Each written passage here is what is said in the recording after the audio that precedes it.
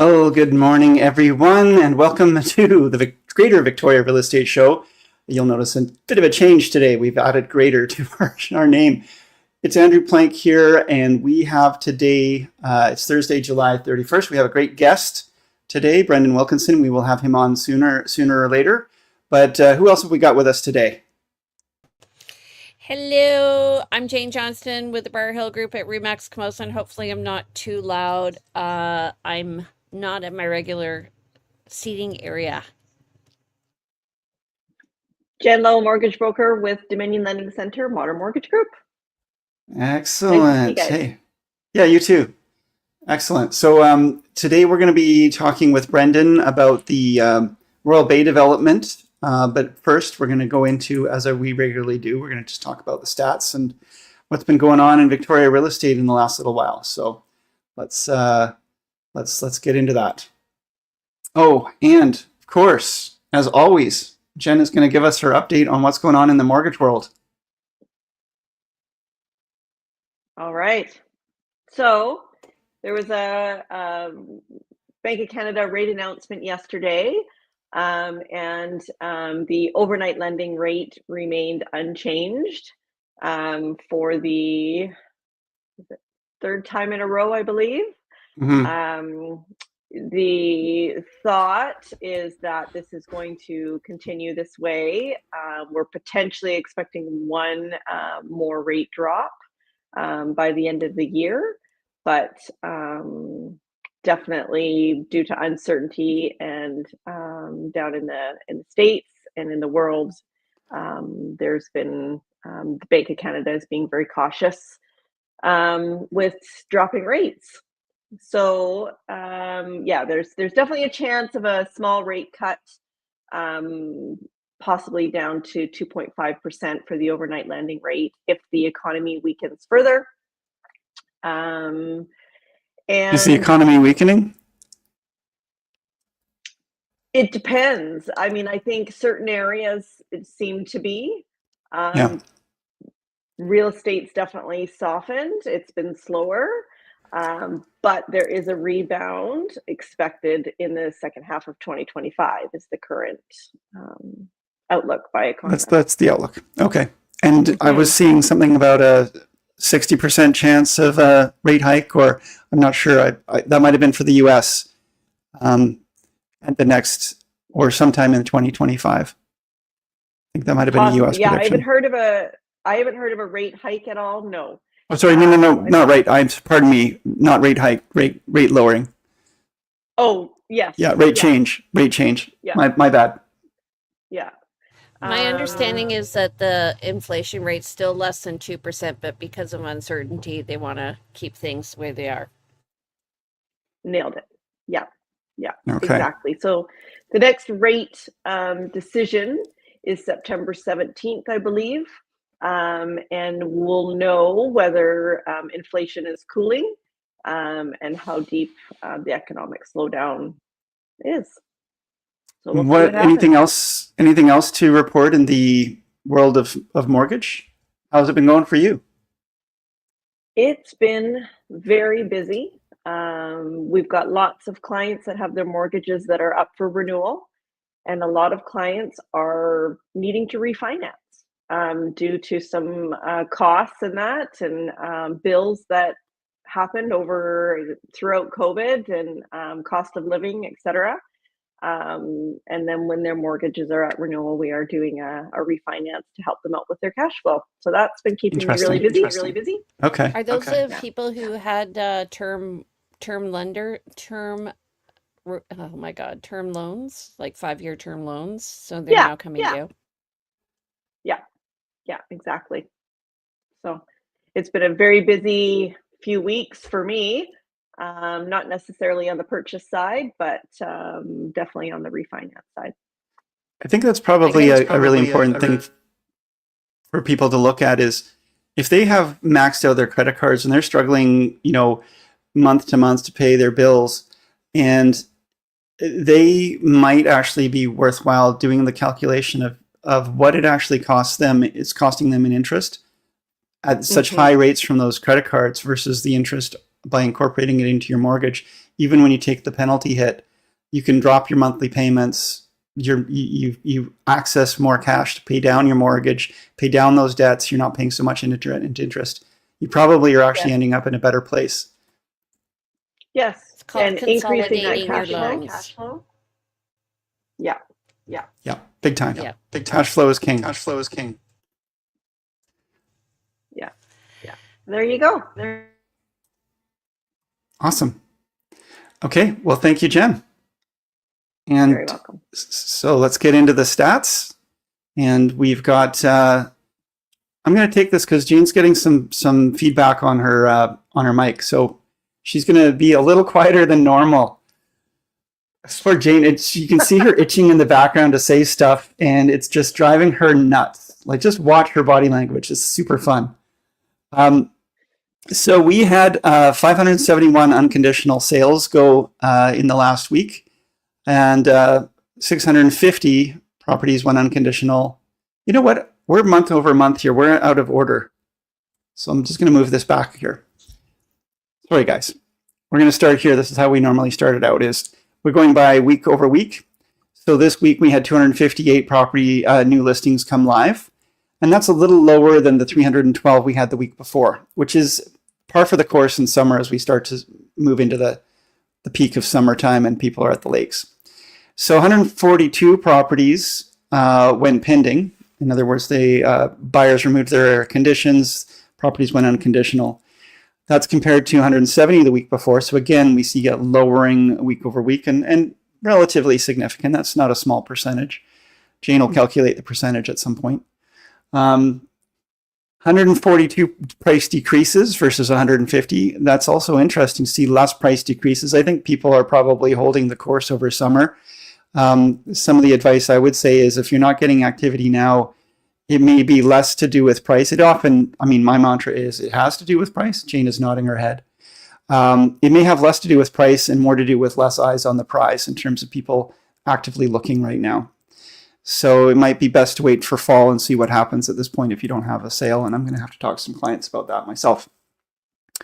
47 properties expired in the last week versus 51 the week before. So that's about on par. Any comments, you guys, before I move on to the next slide?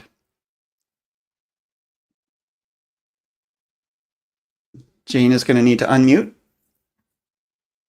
The pending and the price decreases are similar. So I don't know, I agree with you. I'm telling people wait. We're in a market where people are distracted simply by the fact that it's summer. So there you go. Great. Thank you, Jane. Our list versus sale ratio, our sale versus listing ratio, is at 55.04% currently. And last week it was 54.49. So we're still sticking around that, 55% list sale versus listing ratio. So that's good to see. Any comments on that one? I think it's great. I feel right now that what's going to be happening is people are going to be ready for the fall market, but right now they're just kind of it's just steady as we go. So it's good. Yep. I've certainly found my buyers have been a little less active, but I think it's also because there's less inventory out there to get excited about. Again, in summertime, people are not making as many real estate moves. So it all tends to slow down. It's all interrelated. So we are, we're the last day of the month here. It's July 31st. We track the stats of the month so far versus the full month prior of the year before. And these stats are going to be as of this past Monday. And here we are on Thursday, the 31st. So we're not exactly at the end of the month stats wise, even though we are in time. So 571 unconditional sales this month so far, as of Monday, 650 unconditional sales same month last year. So a little under, and we're definitely probably not going to reach that number. Maybe we will.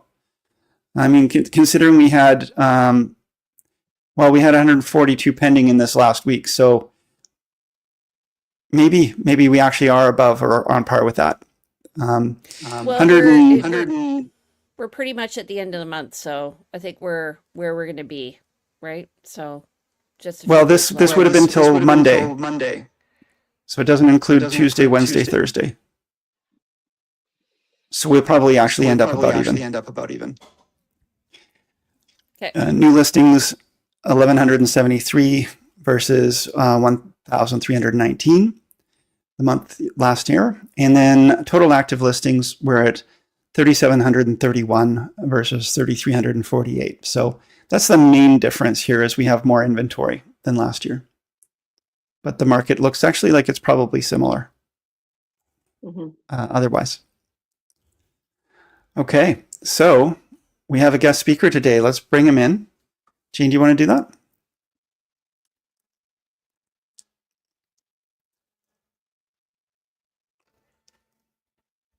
It's not me. There he is. Hey, Brendan, guys, welcome. Good. Thanks for having me on.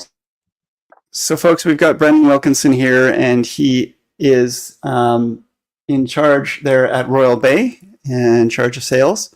Brendan, do you want to give yourself a quick introduction and tell us a little bit about yourself, and then we can get into talking about the development, which I'm sure you're happy to help share more information about. Yeah, for sure. I'm pretty proud to be involved with the site. I've worked there for about 7 years now. I'm a realtor with Remax Professionals as well. And so I've kind of started there very early on in my career and kind of watched that community grow. And I'm always happy to get an opportunity to chat about it and kind of fill anybody in on what they might be missing out in Royal Bay, and give you a bit of a sense of what's going on. And I was born and raised on the island here in Ladysmith. I currently live up in Chemainus and still have a resale business that covers kind of Central and South Vancouver Island, as well as obviously Royal Bay being a big part of my life and my business as well. So appreciate you guys having me on and having the opportunity to chat and connect. So how long has Royal Bay development been going on, and how many years do you anticipate it to continue? So it started in earnest, I think, in 2016. Originally, it was owned by a pension fund that kind of purchased the entire site and started the rezoning and sort of the planning of the site. And at that point in time, Gablecraft Homes, which is now Path Developments, was a general contractor and a builder for them. Around 2017, midway through 2017 into early 2018, Gablecraft, now Path, and some of their partner companies acquired everything on kind of the inland side of Machosen Road. And then they've been kind of leading the charge since then. And so there's been some changes to kind of the overall plan, and obviously a lot of that is market driven, or kind of just whether it's kind of a change in the way that they want to set things up, or a change in some of the amenities that become necessary as you build things out and as time goes on. But yeah, essentially they just had their 10-year anniversary. So, I think I guess they're calling 2015. I guess they're year one. I think as far as future timelines, I think you've realistically got another, I'd say 5 to 7 years, depending on market volume. They've kind of densified certain areas, which will obviously stretch out some of the kind of sell through and how long it gets built. But when I started there in 2018, it was about 15 years that we were told. So, we're about halfway through that now, I guess, in theory anyway. We've definitely seen, markets make a difference as the developer sells or doesn't sell, and we've seen the Royal Bay development build up. It's now matured into something, I think, that it's got school and residential and commercial and all of the amenities I think somebody's going to be looking for to draw them out there, and it's really become a development that a lot of people are talking about. I certainly have a lot of buyers who, and we recently did a transaction out there. Certainly had a lot of buyers who are asking about it and wanting to know about it. And I've sold or shown the resale units in there as well. Jen, did you have something you wanted to say? Yeah, so I live very close to Royal Bay. I absolutely loved when we got a grocery store and a Starbucks. That's been great. For people that aren't familiar with Royal Bay, can you kind of paint a picture of what makes this community unique? Yeah, absolutely. So, I mean, Royal Bay is essentially a seaside town, more or less. We used to call it a community, but I really do think it's a town now. It's getting to that status. It's extremely walkable. The vision really is kind of everything you need within a walking distance or a quick bike ride of your home, and that includes the beach as well.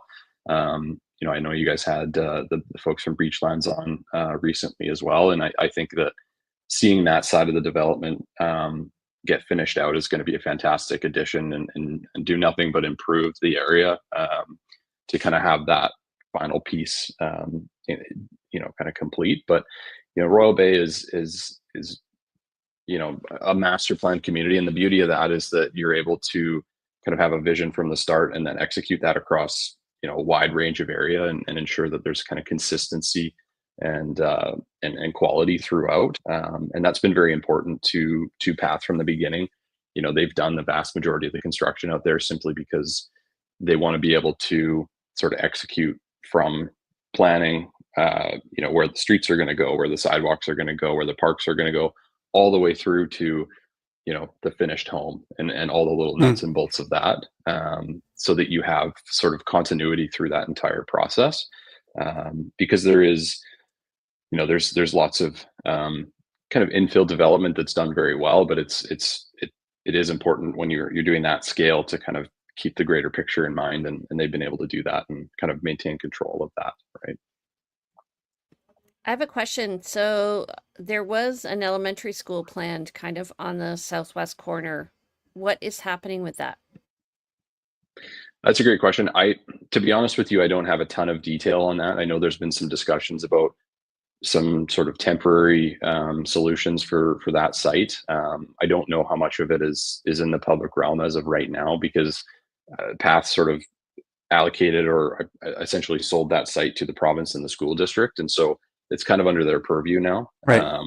And so I don't exactly know, but I think from what I've been told anyways, the long-term vision, regardless of what they do in the interim, is still to have an elementary school. It just sounds like that might not be the first thing that gets done, but also, nothing has been done as of yet. So I don't know if things can change, obviously, as they go through.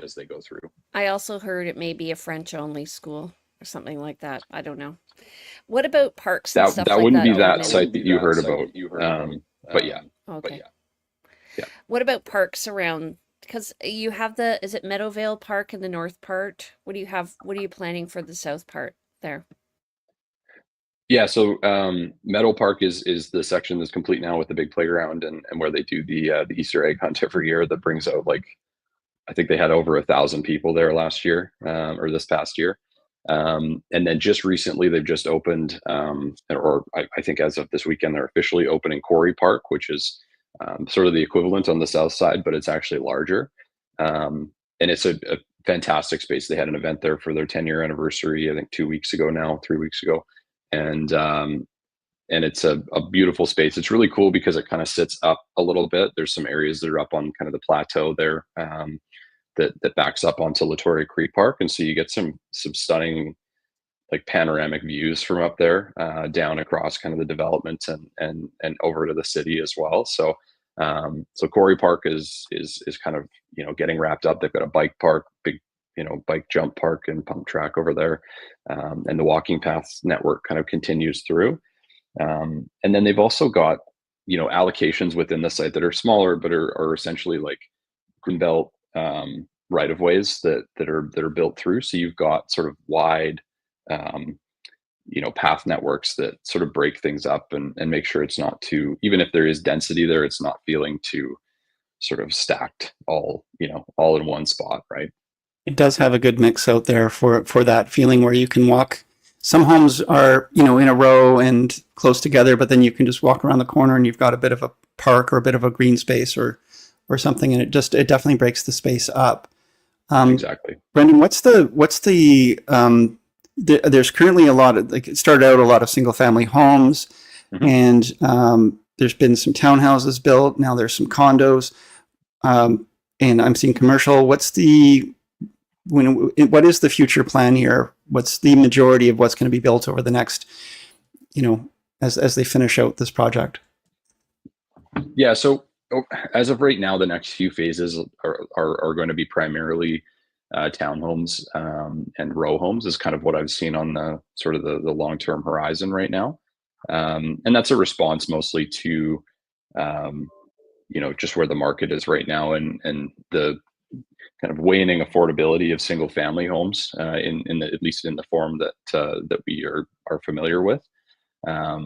And so that's kind of where the row homes come in. It's a nice in between. It is an attached product, but it's still single family freehold from a title perspective. And they've got the basement suites to kind of offset some of the affordability. So, I'd say the next 18 to 24 months is going to be some larger townhomes to kind of address, okay, we need, let's say 2,000 square feet. We need 3 beds and a den. But we don't want to live, on a 3-story townhome necessarily. So what's the in between? So that'll be, some options that we have coming probably later this year, early next, as well as sort of some more, more affordable yet townhome options that are, I would say a little bit closer to kind of that condo price point as well, just so that we're kind of, covering the board as far as your price point bands for people, because as much as a lot of people may prefer or desire single family detached, it's not always in reach for them. So kind of getting creative about what options they might have in front of them when they come in the door. What sort of price range are you looking at for the condos and townhomes? So for the townhomes, you start from the mid 6s. The condo side within Royal Bay isn't kind of part of our sales program. We essentially have the townhomes, the row homes, and the single family homes. So I don't want to speak to kind of their product. I know they've been kind of selling through the early phases of Bella Park, but I think right now we've kind of tried to remain as competitive as possible within the marketplace with the townhome offering, so that you can kind of get in from anywhere from $649,900 plus GST all the way up to, right now we've got row homes kind of in the 1.1 to upper 1.1, 1.2 ish range. Essentially, is kind of the pocket. Are you refining the designs as you go along and get feedback? Absolutely. So that's the process that we're going through right now, actually, for the row home specifically. That was the first time we built that product. And so essentially what they was adapted versions of single family layouts that we'd had success with before, because obviously, the layout covers similarly. And so, taking the feedback, taking kind of all the conversations that we'd had over the last little while here, and implementing them into the next site of town or of row homes is it's happening as we speak. Because you're always, there's always a balance of like iterating as much as you can phase to phase to make sure that you're always presenting the best thing. And then sometimes if it works, like if it ain't broke, don't fix it. And there are, there are floor plans that we were selling when I started with Royal Bay 7 years ago that ultimately we still sell like a very similar floor plan of, because it just works. But when you've got, an opportunity to kind of refine as you go along, especially when you've just done it for the first time and now you're going to do it again, it's absolutely something that we do. So you mentioned the condos, and I think it's good. It may be good for people listening to understand that. I mean, you did mention that this is really a town. It's going to, you consider it a town area, and it's getting built up. And Path may be the primary developer on the Royal Bay side, but there are other developers in the mix as well. Is that, and so you referenced that with the condos. Could you maybe speak a little bit to that of like, what are the other players? What are the other opportunities there as well? I mean, I want to just make sure that people have all of the information, and maybe compare and contrast a little bit. Absolutely. So the condos are still a Path development. originally they were kind of launched as a development under the PCRE brand, which was kind of an ownership umbrella of Gablecraft. And so that when they unified the brand into Path Developments, that sort of became more clear. It is sold through kind of a different sales center and sales team, but it is essentially the same developer. Okay. As far as other builders within the site itself, it's been pretty limited as of late. There was sort of a pocket of land that Path had sold to third-party builders kind of at the tail end of the Meadows side of the development. And primarily Verity is the one that built those out, and sold them. And as of right now, I think there is a townhome site that Verity has underway, and I believe there's an abstract site over on that side as well. Oh, interesting. Okay. Doesn't but aside Path own Verity now? No. No. Okay. That'd be great, but no. Okay. Okay, keep going. Yeah, so that's kind of the spread right now. Essentially, I think the only one selling in Royal Bay or getting close to selling right now is Verity. They've got a cul-de-sac kind of just right next to the one that we did that they're starting construction on pretty heavily right now. But there's not a ton of third-party builders. That's kind of the idea. Path has wanted to see things through from start to finish, and really the only scenarios where they'll sell land to third parties is just kind of if it works in their business plan, or B, if they just don't have a layout that works well for that specific section or a product type that's going to make sense kind of in their mix. Right. But by and large, they'll keep as much of it as they can so they can kind of build through. So Brendan, what are you most excited about that's upcoming? What's your favorite of the various construction types, and what opportunities would you say there are for people? Like, what should somebody who's looking to invest in the Royal Bay area get excited about, and really be with reaching out to you about? So I have a few answers to that. So as far as just generally, we've got the Quarry Villas. Those are single story patio homes that we had done previously that we're doing again, and that's a catered kind of downsizer. I don't want to say accessible, but it's single story, just so that if you're downsizing, it's kind of an age in place product. We're going to have a show home coming for that, I think, in the next probably month or so. That's a super compelling layout for folks that we see a ton of that sort of the let's say the kids bought in Royal Bay. Now there's grandkids, and now the grandparents want to come out and live in the community. That's sort of who that's for. And so we're going to have those ready kind of through the fall, winter of this year and into early next year. And we'll have a layout or a unit completed and staged up, I think, by probably early mid-September. So that's what I'm really excited about, because those are something that I find people tend to need to see in order to buy. So hopefully, and it's a rare product.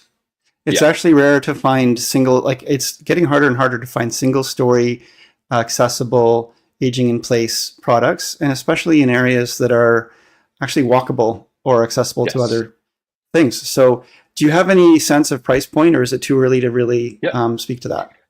Yeah, they're right around the base pricing is right around $1 million, because some of them started to get to a point in construction where we needed to allocate upgrades to them so that they could continue construction.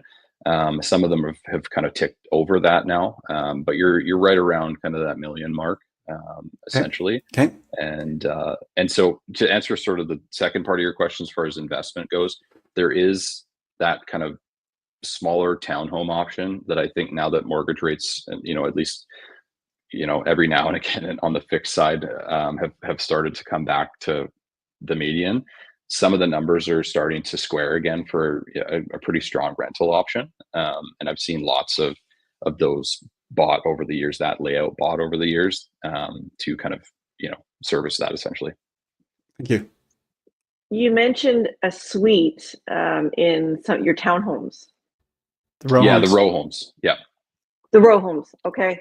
That sounds amazing. That's a great, unique product.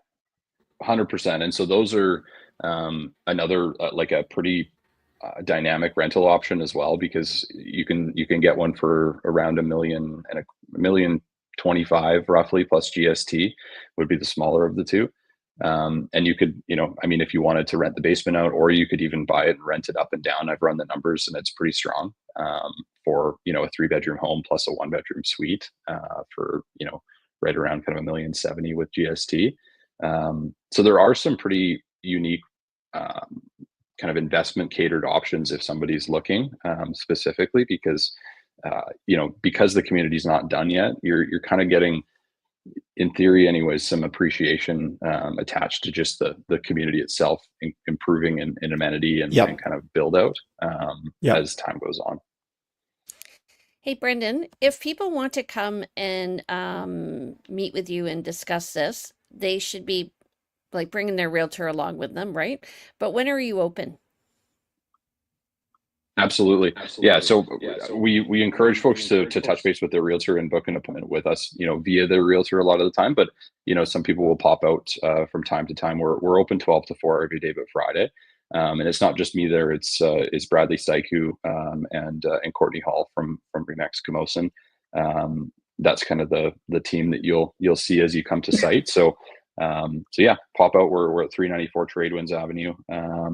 12 to 4 every day but Friday, and close most holiday Mondays, including this coming one.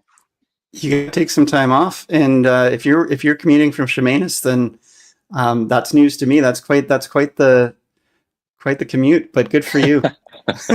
Yeah, I just drew a circle of my coverage area and then just dropped a dot in the middle, and we landed here. So right on.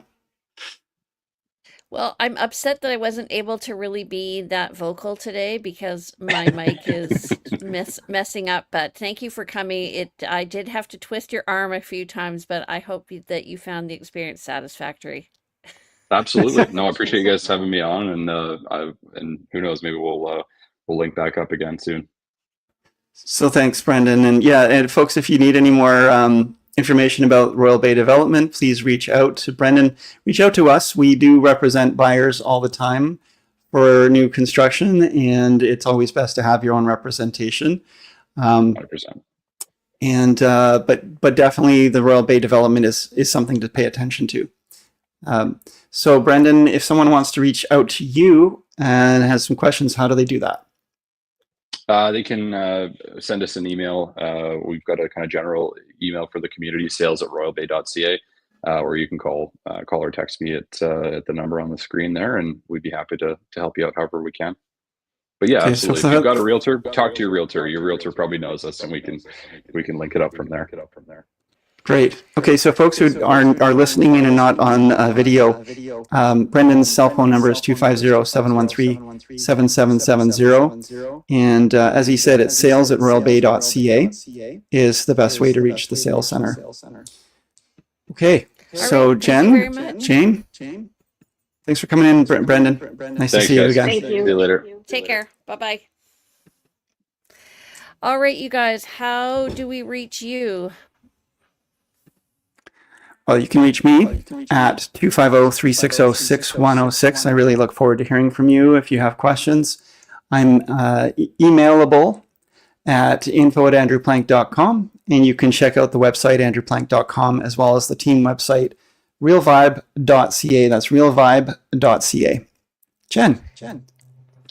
I am at Dominion Lending Center's Modern Mortgage Group. My cell number is 250-217-4925. Email is jen@jenlo.ca, and website is jenlo.ca. And sorry for all the flipping here. Jane Johnston with the Briar Hill Group. It's been a challenging morning.